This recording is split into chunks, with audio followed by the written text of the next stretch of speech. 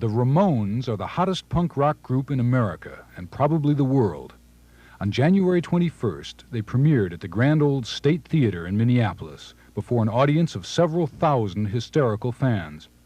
Backstage before the concert, they seemed like four wholesome American kids from Forest Hills, New York, especially Joey, who was so shy he scarcely said a word. But on stage, things were slightly different.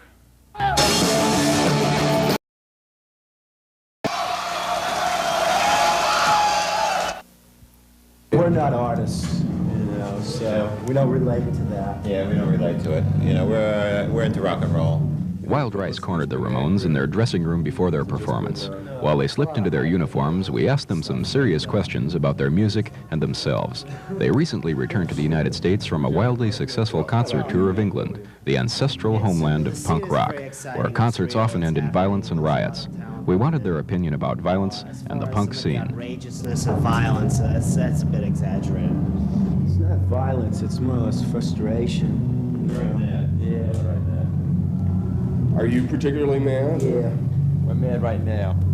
We just went over to England. We played, like 3 weeks there, the last 3 weeks of the '77. And there's never any fights. We've never seen any fight in the audience. And just regular kids, and nobody with safety pins through their cheeks or nothing like that. It's all regular kids. Well, how do you feel about the English bands in general? I mean, I think They're nice guys. They're nice guys. They're nice. They're our friends. Yeah, they're our good buddies, Yeah. But they stink. Yeah. It's only about 3 groups who are even slightly political. Okay, Clash, and maybe the Sex Pistols were, they're not anymore. And that's about it. It's not that big a deal, really, even over there. They're not that heavy politically. The kids don't care. The kids just want to go see groups, just regular kids. It's just a lot of junk. Political stuff is a bore. I mean, we already had our political thing, went out with Joan Baez, How do you feel about radio stations and airplay for your records and things like that? Well, I think it would be really nice if we could get played here in Minneapolis. The radio stations seem a little bit reluctant to, get on the bandwagon, because every other place we're getting played now. So, if you're out there listening, please, be nice. Flip us on.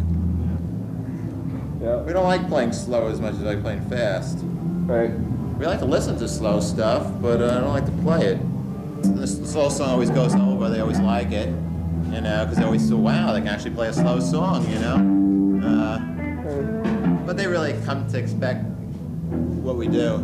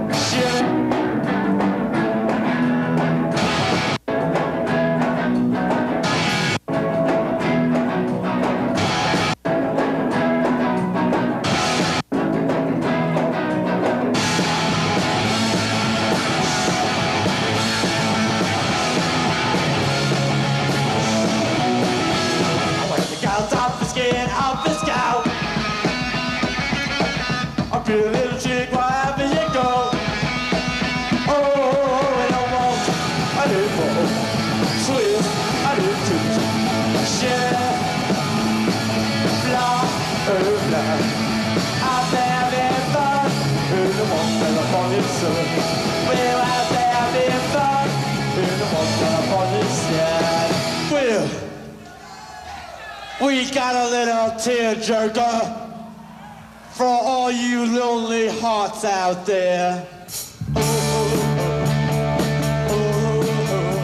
Punk rock has been hailed as the beginning of a new wave of popular music, a rejection of sophisticated studio rock.